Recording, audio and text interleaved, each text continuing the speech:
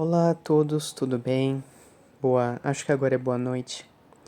Então, eu achei um tema interessante para se comentar, que é a semelhança entre os. Primeiramente, eu queria falar sobre os ebionitas. Os ebionitas, que provém do hebraico ebionim, que significa pobre. Mas por quê? Existem duas explicações. Os ebionitas, eles viam a pobreza como uma bênção espiritual de Deus. E também porque os ebionitas criam que Jesus era totalmente humano, nascido de forma natural por meio de Maria e José. E para eles a salvação era unicamente pela obediência a Deus pelos mandamentos. Os ebionistas eram os primeiros cristãos que existiam. O que eles defendiam? Que Jesus era plenamente humano, que Jesus em nenhum momento falou que ele ia morrer pelos pecados da humanidade, que Paulo de Tarso era um impostor. Muitos ebionitas, existem grupos modernos que creem que Paulo de Tarso é um impostor. Os unitários é parecido, mas nem tanto.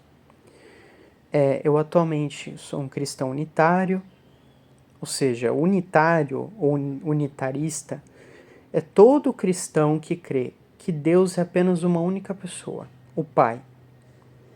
Jesus, aí depende cada visão.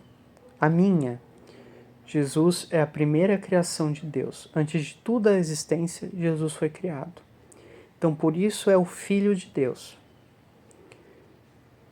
O Espírito Santo é o Espírito do Pai, que habita nos fiéis.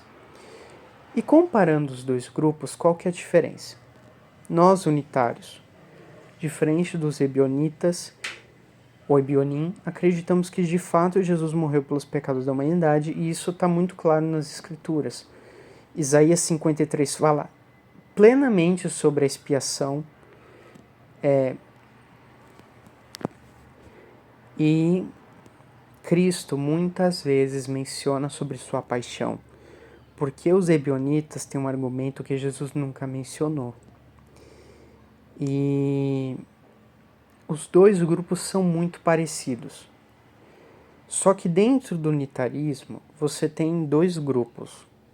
Você tem um grupo que é os universalistas, que são mais liberais em crenças ao ponto de não negarem que Jesus é o Filho de Deus, e os unitários bíblicos. Por que se chama bíblicos? Porque foi um rompimento. Falou, não, essas doutrinas não tem que se basear a nossa visão unitária de acordo com a Bíblia. Ou seja, que Jesus é o Filho de Deus, que Deus é só uma pessoa. E ambos os grupos